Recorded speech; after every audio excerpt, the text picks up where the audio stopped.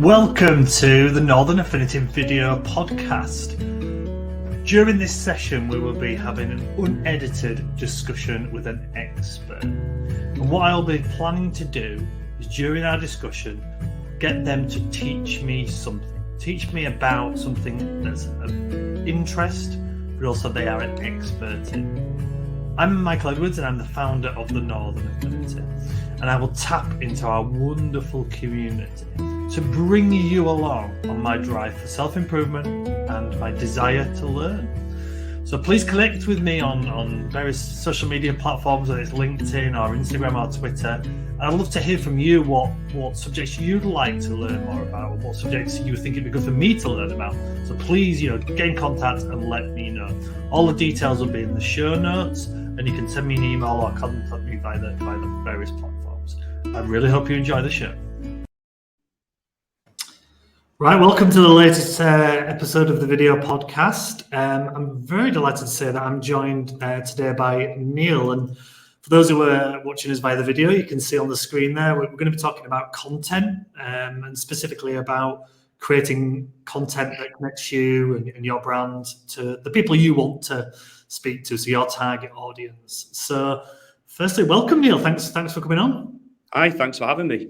No, our pleasure. So do you want to kind of just maybe give a brief background to you and what you do before we kind of jump into the subject? It's probably be a good place to start. Yeah, so I'm Neil Robertson and I'm the founder of 49 Marketing. I went to university, graduated with an English literature degree, realised that at the time I couldn't get a job anywhere except for H&M, not to slay H&M, but it was a terrible time for a graduate to get a job. I worked there for a little while, didn't stay there too long, thankfully. So I then studied for a postgraduate qualification in journalism. I then worked as a news reporter for a couple of years. After that, I moved into PR. Did that for a couple of years, working in-house and agency, and then I moved into content marketing, which is what I do now. Excellent. So I guess kind of on the subject of content, probably a good place to start. What do we mean by content, and what is content? Good question. Yeah, it's probably a good place to start, isn't it?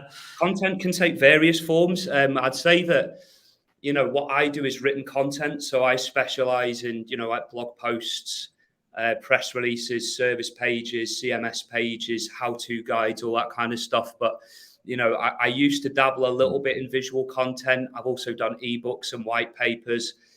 People have so many different definitions of what content means.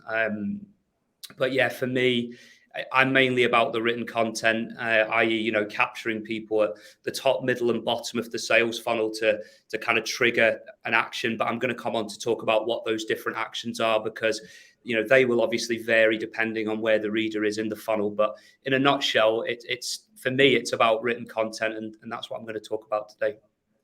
Excellent. Yeah. Well, obviously, other forms of content include this one we're on right now, whether it's a podcast or video. There's another example of that, and I think they all complement each other to a certain extent, don't they? But I guess the kind of first question around that is, why is it important to have content, firstly, and obviously then have good content that are put out there? Generally, what are people trying to achieve by getting content out there? Well, I've got it underlined and in bold here, but it might sound self-explanatory, but, tell the reader something that they can't find on another competing page on Google. There's a lot of content out there. I don't have the exact number to hand, but I know it's millions of web pages of content on different subjects. And, quite often it can be easy to get lost in the noise, as it were. So quite often you do get copycat content, as we call it in the industry, where basically someone's gone onto page one of Google, looked at the keyword they're trying to rank for, read the articles on page one, copied and pasted a few lines from that article, and then rewritten it. It's not the most imaginative approach, and I think there's quite a lot you can do to make your content stand out and to help it achieve that hard-hitting impact that you want to achieve from it. So what I'm going to talk about today are the kind of points of difference that you need in order to stand out. Because, like I said before, even if you sit alongside other pages on page one of Google, that's only half of the battle. Absolutely, and kind of, I'm not a content expert by any stretch of the imagination, but one of the things I've learned over doing it, obviously in this form and other forms, is how important research is. So, do you want to kind of give us a bit of an overview of that, and is it important, and Oh why yeah, does it matter? yeah, definitely. So I'm lucky in that I have access to various tools through the clients that I work with. They can be quite expensive. So you have tools like SEMrush, which costs about £220 a month, I think, or around that £200 a month. Ahrefs is another tool that I use for keyword research. There are other really good tools like Also Asked is another one. So that looks at like content clusters and what questions people are asking, which I'll come on to talk about later on. But yeah, I mean, just Googling your keyword and trying to see what other people are writing is quite a short-sighted strategy. So what I try and do is utilize as many tools as possible. What you want to look at, and again, this is something I can come on to talk about later on, but what you want to look at is not just the keyword itself that you're trying to rank for, but all of the associated keywords around that. So if we use your business as an example, you wouldn't just want to rank for best co-working spaces. You might want to be a bit more specific. Like best co-working spaces in Manchester, you might want to write a blog post about that. You might want to write about the best co-working spaces in Yorkshire, because that kind of allows you to create a more clearly defined piece of content and get to the people that you really want to reach.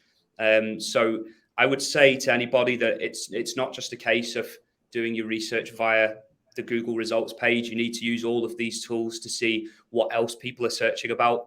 Otherwise, you're basically creating a piece of content that has limited growth potential.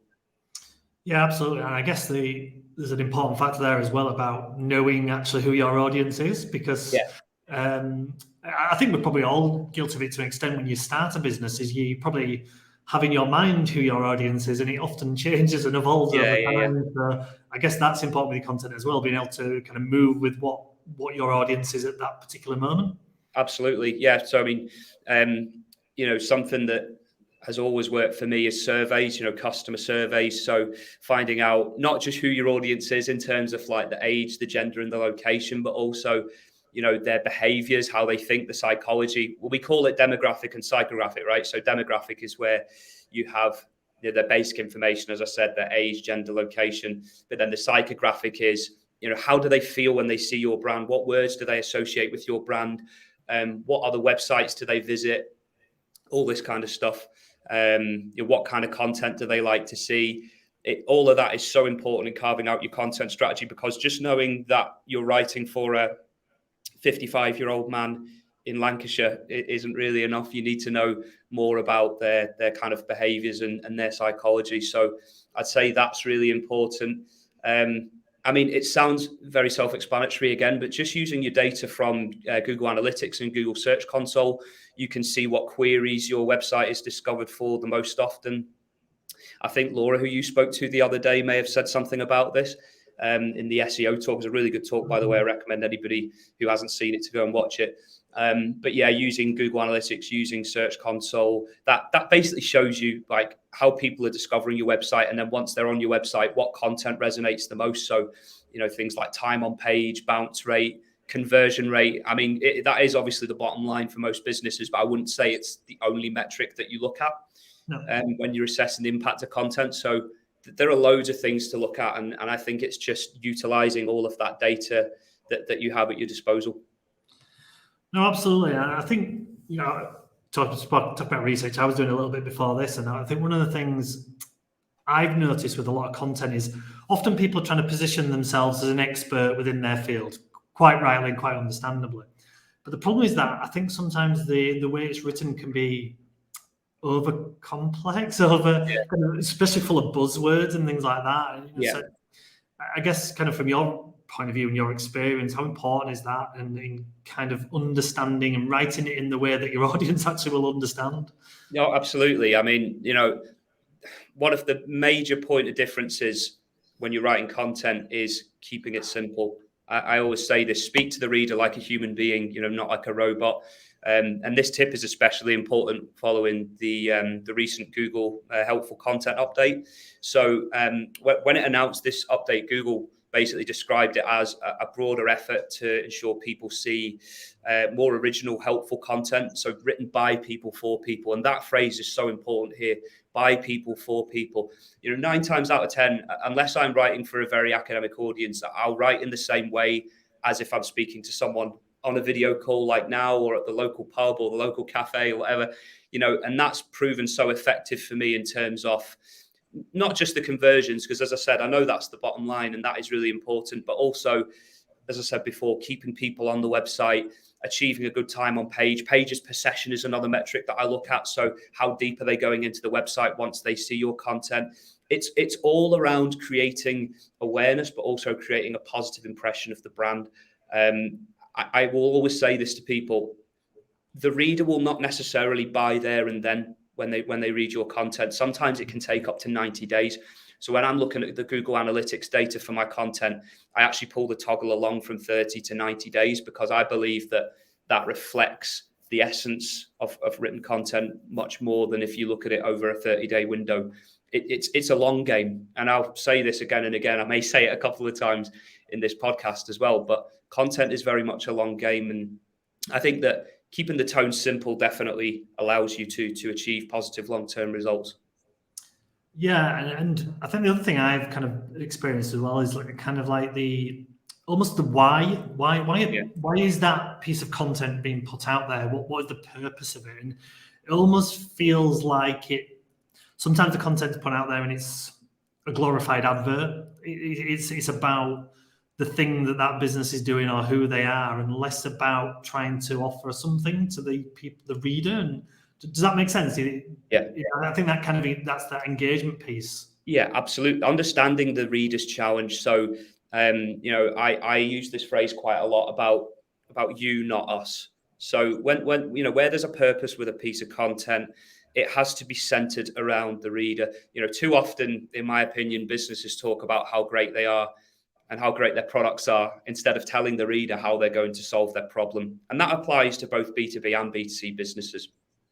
That is always the fundamental priority of any piece of content, to demonstrate an understanding of how your readers think, and also what their challenges are, what motivates them to make a purchase, what are the key drivers for them, basically. And I think that this you, not us principle applies to your overall content marketing strategy as well. You need to mold this strategy around the needs and wants of your readers, not just rely on your own intuition. And what I mean by that is, a lot of people kind of put a content plan together, like a spreadsheet, with things that they think will work because one of the sales team or one of the product team has told them we should write about this, without much thought about, the keyword data, the difficulty, who you're competing with, the user intent, how the user would feel about a piece of content. You've always got to ask yourself, would I find this piece of content engaging?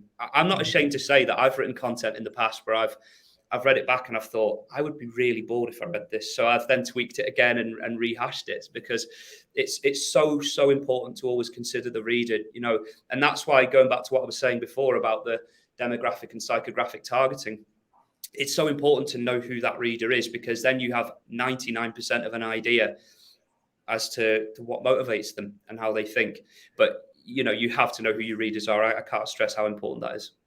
Absolutely. And I guess that kind of follow-on question from that is, how do you find out? We've talked about doing your research, but and obviously you've mentioned a few tools and things like that, but is there any other ways that people can do that? For someone, you're in that particular world, so you're doing it regular, so these various platforms can be really useful. But for someone who's doing a blog a month for their business and can't afford yet to outsource it, what kind of things can they do to get as much as research and as much information about what the people want?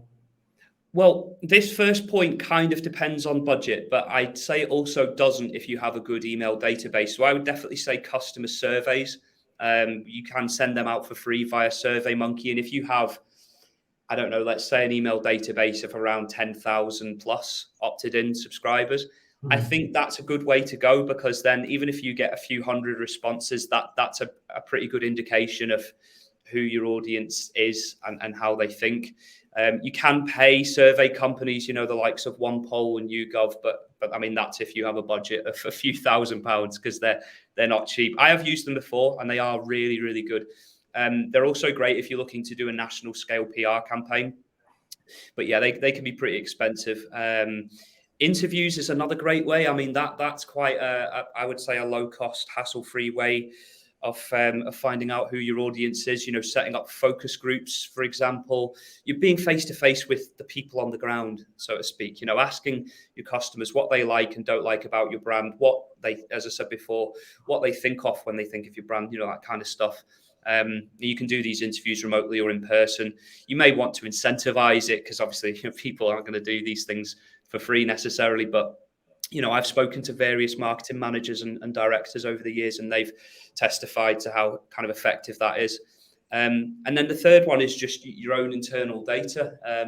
So like I said before, Google Analytics, that has a demographics feature that can give you the basic information about your website's audience. Another neat tool that I've used before for more international clients is the countries facility on Google Search Console. So that basically shows you which countries people are reading your content from. So, you know, if you have ambitions to expand your business into kind of like a more global offering, then this tool can be really useful for that. I think as well, one thing I do want to mention actually is Hotjar. That's a heat map tool that I've used and I've had a lot of joy from before, and that can be a key part of your content strategy and knowing what people are clicking on, and therefore, you know, getting some insight into who they are. So what I used to do was when I would write and publish a blog post, if it contained quite a lot of backlinks to supporting articles, then I would set up a heat map for it. So I'll give you an example of what I mean. I used to work for a caravan insurance company, and I'd written an article about caravan safety, and it's so niche, I know, but caravan safety, and I included a couple of links to articles that basically talked about the importance of training down your caravan and how to get rid of damp in a caravan, because we insured caravan owners, right? So we wanted to show that we understood their challenges and gave them content that could help them overcome those challenges. Then they have a good perception of the brand. It's like, oh, who are these? I need to, my you know, this isn't an ideal world, but, you know, my policy's up for renewal, blah, blah, blah. So I created a heat map for that article anyway. When I looked back at the heat map about a month or two later, I noticed there were a couple of links that accounted for about 300 clicks each, which in an article that had, I think, about 2,500 visits at the time, that's pretty good going. You know, these two links alone accounted for something like a quarter of the clicks, and it was how to drain down your caravan and how to get rid of damp in a caravan. So what did I do? I then went out and approached some influencers in the caravan space, and surprisingly, there are influencers in the caravan space, despite what you might think, and interviewed them and managed to get 2 really good pieces of content from it. They drove quite a lot of assisted conversions, which was great. We sold quite a lot of policies off the back of it. So that is just one example of how effective Hotjar can be. So yeah, quite a long answer to a short question, but hopefully that kind of gives you an idea and gives anybody watching this an idea of kind of how you find out who your readers are and what they want. No, it makes a lot of sense, because probably a personal example I can think of that she's kind of, I guess, a more rudimentary way of doing that is you know, I'm connected to a lot of business owners on LinkedIn, and so they are my potential customers.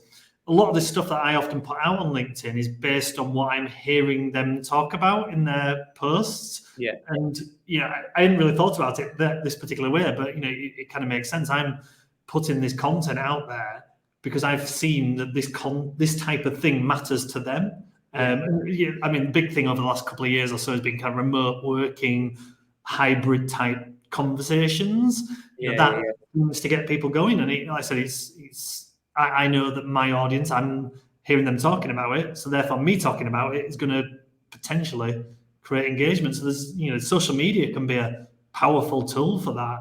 Yeah, social media forums was another one. Used to read a lot of forums, especially if it's something really niche, because a lot of the time you're not necessarily going to know, and I am going to come on to talk about this later on, but, you know, a lot of the time, if you're a writer, whether you're, you know, agency or even in-house or freelance like I am, you know, you're not going to be an expert on all of the things that you're writing about.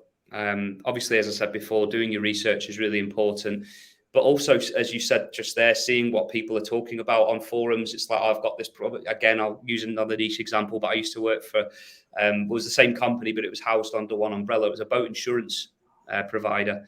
And I don't know the first thing about boats. You know, I've never owned a boat before, never owned like a narrowboat or any of these things. But how I learned about that community was just by watching YouTube videos, like you just said there, reading social media posts, going on forums. It just gave me such a clear insight into what people wanted, the kind of content they wanted. And to be honest with you, I managed to get a bit of a rhythm going with it. So I started writing one or two things, mostly how-to content, but also content with like popular YouTubers and stuff like that. And it just resonated so much. And I could see that on the dashboard on Google Analytics. And that was when I realized, okay, we need to do more of this. And it does become easier as time goes on, the more familiar you become with your audience. Absolutely. And I guess this kind of runs on as well to this. I think I kind of distinctly put content into two areas when I see it. It's kind of people telling us how good they are at what they do. Yeah. And people showing us how good they are at what they do. And the showing is often, actually, when they're showing us, it's often not them saying it, if that makes sense. It's other people. So how important is, and to be fair, there's probably a place for both as well. But I guess it's a bit like anything, you need to do a little bit of both of them, at least, and a balance of the two. Would that be fair? Yeah, I like that saying, by the way. I'm going to steal that one. Yeah, no, showing what you do. I mean, it's so important. I mean, so social proof is basically the word there. That's the saying, I should say. You know, social proof is everything. That sells your product or service on its own quite a lot of the time. So, you know, for example, if you're writing a commercially focused piece that touches on specific products, then I think social proof can be huge. So by social proof, it's exactly what you've just said there. You know, someone other than you saying that X product or X brand is great, i.e. your customers. You know, your customer reviews are amazing because they're unique to your website. The reader cannot find them anywhere else on the internet unless you get some cheeky person copying them. Well, I don't know why they'd want to do that, but yeah, unique content, and Google loves unique content. So as I said before, the people on the ground, people like your readers, you know, your customers, they can give you this unique insight that you cannot get anywhere else. You know, so I mean, from my point of view as a reader, basic human psychology would dictate that if you're reading an article that you found on Google about, let's say, the best pressure washers on the market, you'd sooner read a genuine review from a Karcher customer than have the head of marketing at Karcher saying their pressure washers are great. I don't care what a suit at a company thinks. I care what people like me think, because they're the people I can relate to. They have a common problem like mine. Their problem has been solved and now they're really happy. You know, that's why social proof is so good. And I would say to anybody writing, for example, a blog post about specific products, user reviews are everything. They're so important. I mean, I use them in pretty much every piece of content I write on that subject. Case studies are another good example of social proof. So, you know, if you can get in touch with a customer and spend, say, half an hour like we're doing now, you know, getting them to explain what challenge they had, what you did for them, and, you know, how you helped them overcome that challenge, then that can turn into an amazing piece of content. You know, you're essentially, it takes the pressure off you in a way, because you're basically transcribing what they say and using it to promote your business. It's, as the saying goes, it's money for old rope. So testimonials are great as well. They're another good example.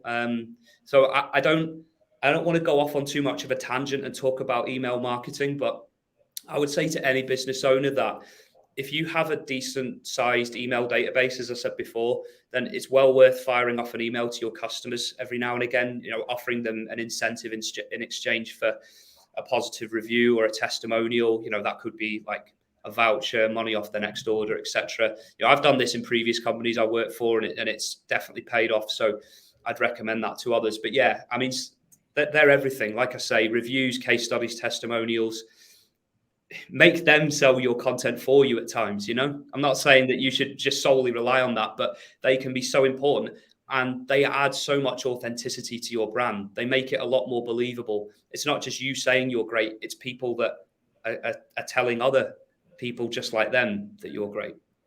Yeah, it's interesting. So I was just thinking then, I remember, and I can't remember the exact number, but it's not really content related, but it is very relevant to this, is there's been research done in the restaurant food world where you are something like several hundred times more likely to go to a restaurant if a friend or a family member recommended you go than just by seeing an advert or driving past them or whatever you do. It's like there's so many times, and a lot of the things they try to do is to get people to tell other people, and that's quite a difficult thing to do. But I know there's a lot of research in that world, and that I would imagine equates for it'll be different percentages, I guess, in all sorts of different industries, but it'll still apply for everybody. Oh, it will. Absolutely. I mean, I'm always, to be honest with you, Michael, I'm always quite jealous of businesses that get their custom solely through word of mouth. I'm not quite at that point just yet, but no, you're right. I mean, how often, when you're trying to book a hotel or a restaurant or buy a product, as I said before, how often do you look at the user reviews? I do every single time. I won't do it without looking at that. So the same applies to businesses. It's like I said before, whether you're a B2B or B2C business, that social proof is so important. It's just validating what you say about yourself. That's basically what it does. 100%. And I guess that kind of builds into one of probably the final questions I was going to ask you is about trust. Essentially, is often trust in a one-to-one basis, and people you do it by getting to know someone over time and kind of getting to know them. But obviously for businesses, especially kind of high volumes, that you can't do that. So you've got to build trust in other ways. And I guess how can you do that through content? Well, I think the best way to build trust is by utilizing expert insights. So I said right at the start of this podcast that you do get quite a lot of copycat content out there. It's difficult to say, as you can see, a bit of a mouthful. Yeah, copycat content. But so many businesses will look on page one, as I say, what else is ranking. We'll just copy them and we'll rewrite it. But by doing that, you're not giving people anything new, and you're certainly not appearing authoritative. I mean, no one's ever been authoritative by copying someone else. You have to stand out on your own. So, utilizing expert insights is probably the key point of difference, in my opinion. This tip has come up in a lot of industry webinars that I've watched recently. So they talk about the importance of boosting your EAT score, so expertise, authority, and trust, for anyone who doesn't know. And reaching out to an expert is best for that. It's to me, it's pretty much the only way you can do this. Unless you're very good at pretending you're an expert on something, I'm certainly not. So I mean, because I write about a lot of subjects in my job that, as I said before, I'm not an expert in. I think most people like me would be in the same boat, unless you're in-house and have been in that business for a number of years, to the point where you know the product inside out. You're not going to be an expert. So I'm not an expert, but I know I can write well. So I have to kind of play to my strengths while utilizing the strength of someone else, which is their product knowledge. You combine those two things together, you're going to get some amazing results. So that's why it's so important to work with a subject matter expert, or SME as they're called, because they give you that unique perspective. They give you that cut through that kind of helps your content stand out. I think as well, another really important point is they act as a fact checker. If you're going out and kind of writing this content on your own and portraying yourself as an expert on it, even though you're not, you run the risk of making a couple of mistakes because you don't know the industry inside out, or you don't know the product inside out. I mean, you can do a lot of research, but there's going to be certain holes there because you can never substitute your experience for someone else's. So what I tend to do if I'm writing about something I don't know all that much about is I'll have a briefing call with said expert. So if it's a client, for example, it could be the managing director of that company, or the marketing director, or the product manager, whoever it is, someone with that specialist knowledge. And I'll just have a briefing call, a little bit like I'm doing now, make some notes of what they've said, and then write the content. But also then run it past them before it goes live, because, as I said before, there will be one or two areas where they might say that's not quite right. Here's what it really is. And then you've got not only a unique piece of content, you've got a very authoritative piece of content, because you're not just copying what someone else has written that you don't know is 100% accurate. So that's really important. It sounds like I sound like a broken record, but you can't get this content anywhere else. That is really, really important. And I think providing that you are leaning on an expert and giving your readers something of unique value, honestly, that will stand you in such good stead in the long run. Now that makes sense, and I think we've covered a lot of things there, and I think that's really, really, really important for people to think about and work on. And the thing is, with a lot of people, even if they're not creating the content themselves, they might be outsourcing it to someone like yourself.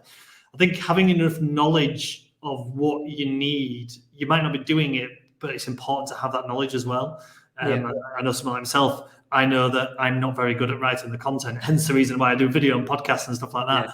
But to have enough knowledge of that, I think is really, really important. So all the things you've gone through there is, I've made quite a lot of notes as well. So no, I think that's great. And I guess just finally for me, if people want to find out a little bit more about you, Neil, and what you do and all that kind of stuff, where's the best places to find you? Yeah, so LinkedIn and my website. So LinkedIn, it's Neil Robertson, 49 Marketing. 49 is all one word, and the F and N are capped up, but you should find me if you do a quick LinkedIn search. And then the website is www.49marketing.com.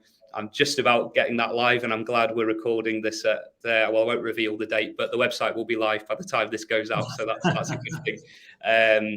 But yeah, that's where people can find me. I am looking at potentially going onto Facebook as well, but I mean, most of the conversations I have with people, we met on LinkedIn, for example, so I pretty much just use LinkedIn and my website. Yeah, absolutely. And if anyone, for whatever reason, can't find you, I'm sure they will. All the details will be in the notes, both on the YouTube and on the podcast. And also, if again, for whatever reason you don't find that, contact us at Northern Affinity, and I can push you Neil's way. So I just want to say thank you. Yeah, lots of really valuable information, and I'm sure a lot of people got a lot from that. So thank you very much, Neil. Great, thank you. I hope you enjoyed this chat today, and like me, you learned something new from our wonderful expert. So if you'd like to hear from more of our sessions, please subscribe on whatever platform that you get your podcast from to hear more. And also, we'd love to meet you at some point at one of our upcoming events. The Northern Affinity hold events all across the north of England, and we'd love to meet new people and have guests along. So please come along and check out our website or all the details in the show notes. Thank you very much for listening, and see you next time.